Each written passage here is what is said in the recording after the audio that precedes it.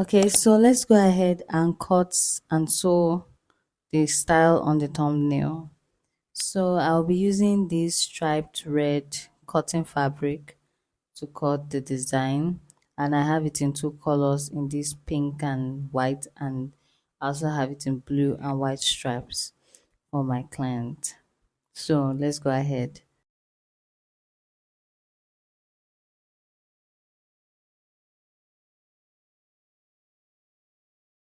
Just as you've seen, I've gone ahead to fold my fabric into four folds because I'm going to be cutting the front piece and the back piece for the bodies together. So I folded it into four now.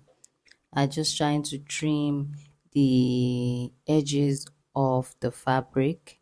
That white part, I just need to trim it off so it doesn't disturb what I'm doing. So you can see I'm just going to go ahead and press it a little with my iron so all those little wrinkles could go away. You can see the way I folded it, and I left an inch for zipper allowance. You can leave an inch and a half or 2 inches for your zipper allowance, but I usually do an inch for my zipper allowance.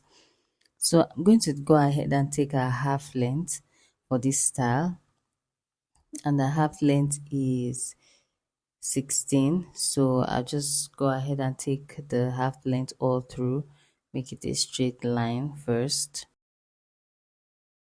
So the next measurement we are going to be taking is the shoulder measurement of the client.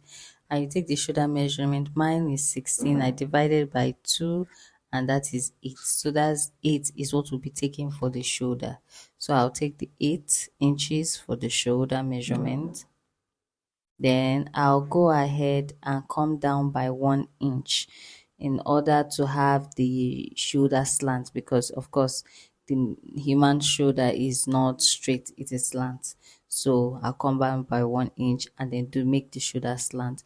Then from that slant edge, I'm going to come down and take 8 inches for her armhole curve. So for the armhole, I'll take 8 inches because this is a bigger size I'm working with. If it was someone my size, someone with a smaller frame, I'll be doing 7 inches. But this is a much more bigger person, so I'll do 8 inches for her. The next thing I'll be doing will be to take her bust measurement. So I already took her bust circumference, and her bust was about 38, I think. I don't know. I can't really remember now. But you divide that bust measurement by 4, and that 4 is what I'm taking here, plus that bust measurement divided by 4 plus sewing allowance plus ease. I already talked about ease in one of my videos. So I'm having 2 inches for ease and 1 inch for sewing allowance. That's making it 3 inches in total. Okay, so her her waist is 34 inches. So 34 divided by 4 is 8.5. Then 8.5 plus 3, 2 inch for ease, 1 inch for sewing allowance. 8.5 plus 2 inch for ease, 1 inch for sewing allowance. Her bust is 40. We do the same. 40 divided by 4 is 10. Then plus 2 inch for ease, 1 inch for sewing allowance. That's how many inches. So whatever you get is what you are going to take for your measurement. Just doing it again so you can be clear on it. So whatever you get when you make that measurement is what you are going to mark on your dress. That's exactly what I'm doing right there. So after marking it, I just connect the bust to the waist. So that's exactly what I just done. The next thing is to take the neck width. So the neck width, I'm taking 3.5 inches. Remember that this style is a almost a one shoulder style. So I'll take the 3.5 inches for the neck width.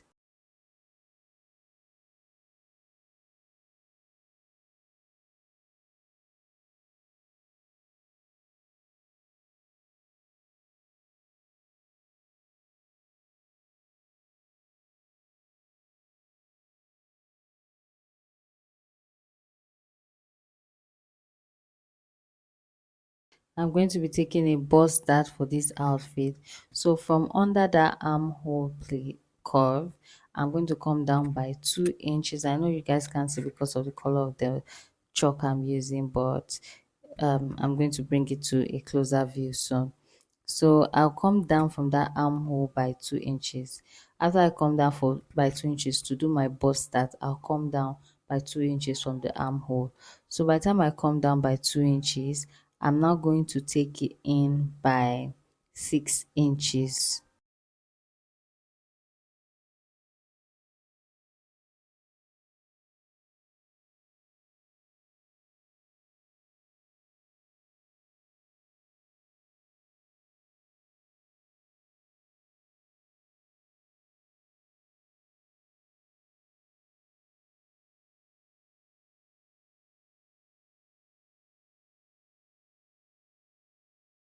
So for the width of the dart, I'm just going to be using 1 inch, and I'm going to be connecting it at 6 inches length to pointing at my bust. So I'm just going to do this simple bust dart for this style because yes, so this is an up close view of the markings of my dress. So you can see how I did the markings of the front. You can see that it's a one shoulder, but I did a full bodice marking. What after which I will now go and cut the one shoulder side. So just to confirm my measurement again, I like to reconfirm my measurement before I go into cutting. So that's just what I'm doing, confirming all the measurements are correct.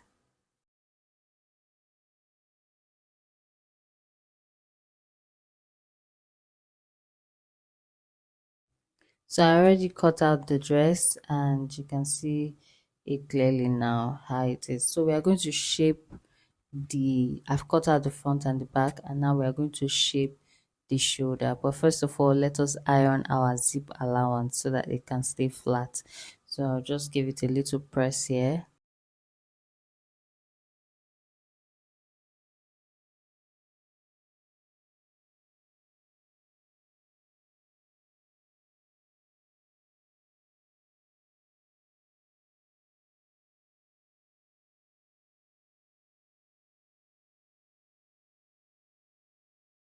So you can just follow the way I'm arranging this.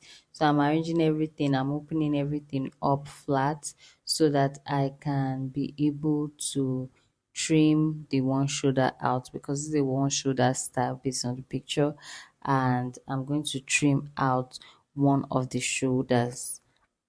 So I've come down 3 inches. You can see that the one shoulder is not a very exposed style, it's something very modest. So that's exactly why I'm coming down only by 3 inches. If you want your one shoulder to be more to show off more, then you can come down maybe 4 inch or 5 inches. But for mine it's just going to be 3 inches. So you also decide which direction or on which side that you want your one shoulder.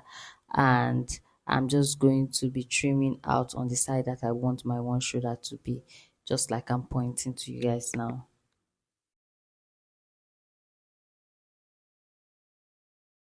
So that's it. We've completed cutting for the front bodies. So just going to wrap it up and keep it somewhere. Then remember that the dress has 3 layers. So I'm just trying to calculate with her full length how many inches each layer of the dress will be. The dress is going to be 3 layers. So 2 layers of pink and then 1 layer of blue, which will be the last layer. So I'm going to minus her half length to get the length for this skirt. I'm going to remove the half length from the full length and see what is left. Then whatever is left, I'm going to divide it by 3 and see. If you want each layer to look, if you want it to be equal, each of your 3 layers to be equal, then you can cut each layer to be equal. But if you want it to my own to be layered, let like the first layer to be smaller and then it will progress that downward, then you'd have to like make it that way. Make the last layer to be lengthier. You have to make the last layer to be lengthier in inches. So that's what I'm just trying to do to calculate.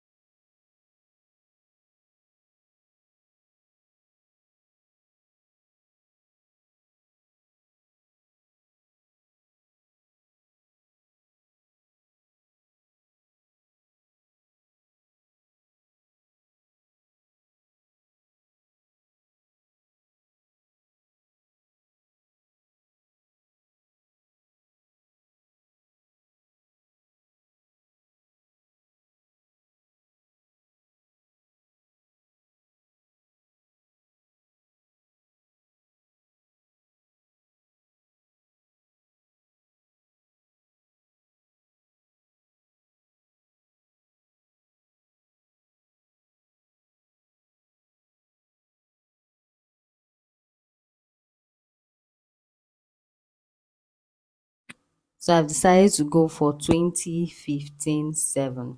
So 20 inches for the largest one, which is the blue, 15 inches for the second layer, which is the pink, and 7 inches for the first layer, which is also the pink. So that is the format in which I'm going to be cutting this layered skirt for the dress. So I'm just going to go ahead and do the folding for the first one. Remember to add your allowance, your sewing allowance. So it could be 1 inch, it could be half an inch.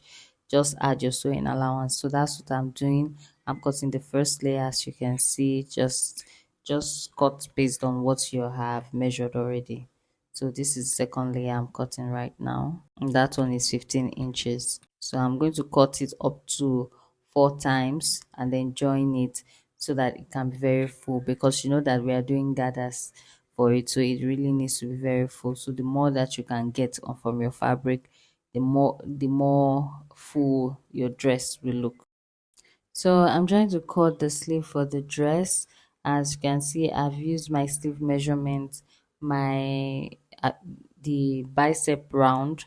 I'll take the bicep round. I'm going to do a full tutorial in case you don't know how, or you're a beginner and you don't know how to cut a sleeve. I'm going to do a full tutorial, but this is just going to be a regular sleeve. This is not the exact sleeve that we have on that thumbnail. So the client did not want that sleeve that is the puff sleeve that's on the thumbnail. She wanted a regular sleeve, and so I'm doing a regular sleeve.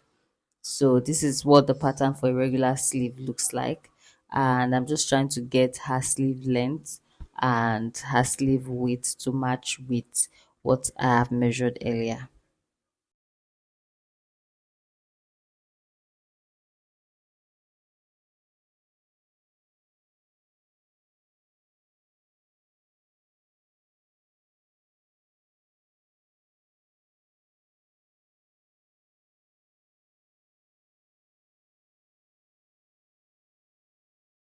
Remember, I didn't cut the blue part, which is going to make for the last layer of the dress. So that's just what I'm trying to, and it's 20 inches. So I'm just going to add a little allowance for sewing.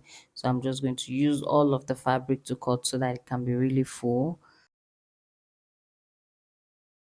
So finally, I'm just going to add lining. I'm going to be cutting the lining for the top portion, the top bodies. So I'm not going to be using, because the full skirt with gathers, I'm not be able to line the skirt fully, but I'm going to line the bodies, and that's what I'm doing. I'm just trimming. So the dress is going to have an inseam pocket. So I'm just going to draft the shape, the inseam pocket with the remaining fabric. Remember that the regular length for an inseam pocket is 7 inches. Then you can now make it as deep as you want to make it. So I'm taking the 7 inches, and then the rest of the fabric is going to make for the depth of the pocket. So I'm just going to curve it out round. You see the shape it gives us. So you can just use that knowledge to make your inseam pocket.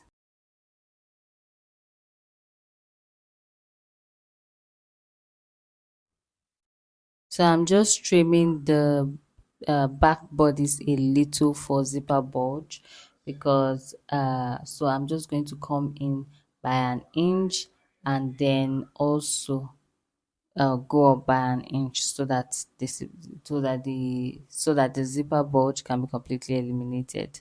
I'm going to make a better video on this in case you're struggling with zipper bulge issues, on how you can eliminate zipper bulge in your dresses. So that's just exactly what I'm doing here.